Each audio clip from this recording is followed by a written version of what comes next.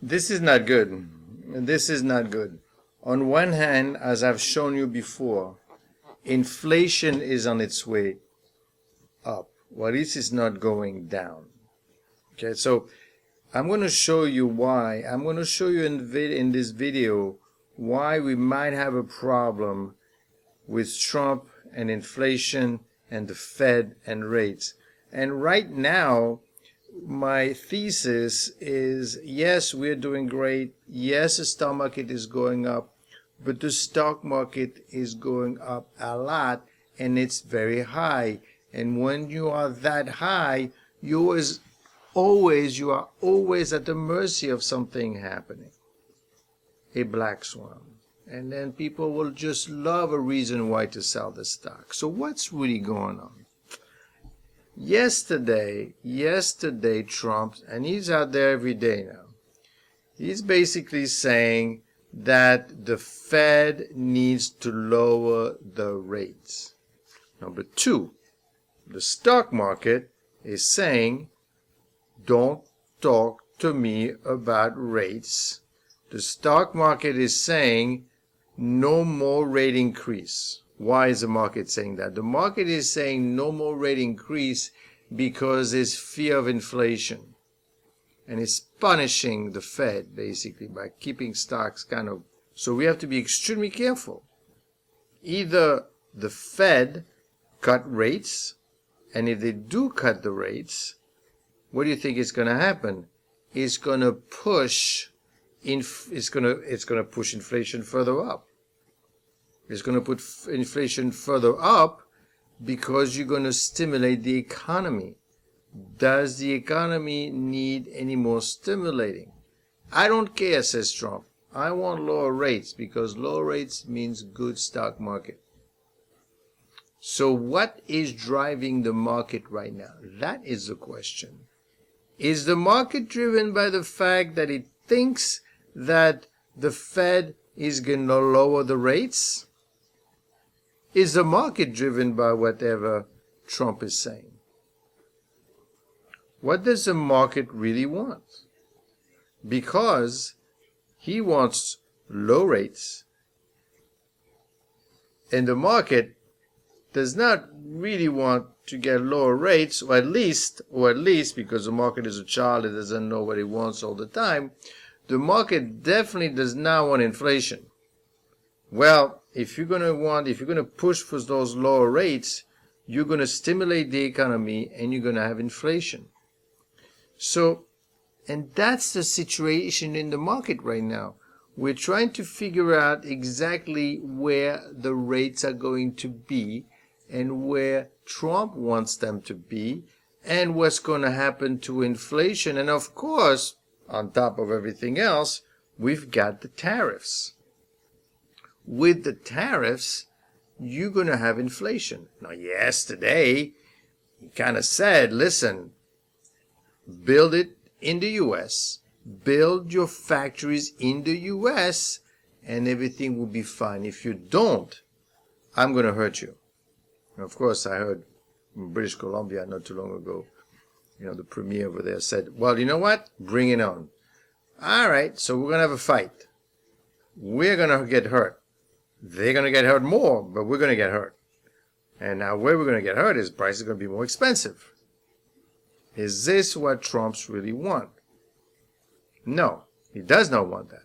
But the issue is, you keep poking and poking, something's going to happen. Now, of course, from a larger perspective, you could understand why he wants that and why it's good for the American worker to actually have the factory built in the U.S. because for years, really what they've been doing is, of course, it was great for the corporations, right?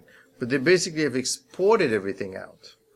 So the American worker, frankly, the middle class and low middle class got hit, and that's why Trump got elected. Why did they get hit? Because you're not building anything here. Everything is over there, and we're consuming. So the corporations are doing great, and on top of that, what happened to the middle to lower middle class is you had the inflation. You do have inflation. inflation is a big problem. Have you seen the price of eggs lately? I am not talking about the CPI on which the Fed is basing its decision. I am talking about the actual things that are happening in your refrigerator. So that is expensive. That is more expensive than it used to be. So what do we do? How do we deal with something like that in this market? And how do we make money in this market with everything going on? Shall I just think that, he's going to come in, he's going to do the tariffs? He's not going to do the tariffs. He's going to threaten. They're going to come in. They're going to say, okay, fine. Okay, whatever you want. Okay, we're going to come over and build or whatever. We're going to make a deal.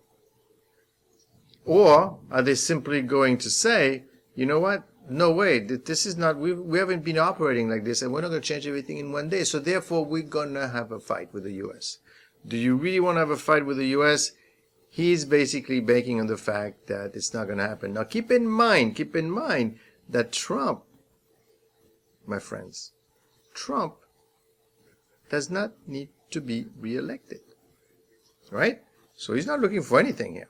Now, of course, the people that are with him, maybe Vance or whatever, they've got a future, so they say, well, don't ruin it for me. But do not underestimate what Trump's capable of doing. If they want to pick a fight, they will get one. Now, everybody's going to get hurt, obviously, but they're going to get hurt more than we do. So what do we do with all that information? Well, I will tell you from a trading perspective, that means a lot of volatility. I cannot tell you what's going to happen. And if someone tells you what's going to happen, good luck to you, because no one knows. What you need to do, therefore, you need to prepare yourself for volatility. Is your portfolio built in a way that, hey, I'm full of Apple and Magnificent Seven, and I'm doing great, the market is up? Yes, but you should never look at the stock market that way in terms of return. You need to look at it as a way to protect your portfolio. You need to protect your portfolio. Don't look for the next Nvidia. If you're doing great in the market, that's fantastic. But you need to make sure that you protect your portfolio. Because if you take a look at some of the videos that I've done on the four indicators, and the four indicators, we're all very high right now. I mean, if you look at the chart and you could see the earnings are like that, right? The earnings are like that, but the actual stock performance is like that. It's getting more and more disconnected from earnings. So whenever they tell you, oh, the news about the stock market and these are great news. Yeah, I know these. I mean, I know they're making money. That's not the problem. The only thing is, how much are you going to pay for the thing? Okay? So you have to understand that they are very difficult consideration, and therefore you need to understand what's happening with the risk. The risk is extremely important. And how do you measure it? Good luck, because not many people know how to measure the risk. So what do you do in this situation? What you need to do is fairly simple. You need to benefit from the volatility. And the best way to do that really are with options. You do straddle, right? So if the market goes down, you make money. If the market goes up, you make money. Money doesn't do anything. The market doesn't do anything, you're in trouble. Now, you could go and buy very long-dated options, put options, so that you're not tied by the deadline. What else can you do? Well, number two, you could start to make sure that you're very diversified in your portfolio, so you're not all with just magnificent stock. There's a lot of stocks that are very low PE. GCT, for example, Gigatech Technology. We've got Vulcan Materials, which I've been talking a lot. Tesla is a very specific items, and you really need to understand how it trades. Okay, but these are the things you need to do, because I feel there's going to be a lot of volatility in the market. So keep that in mind.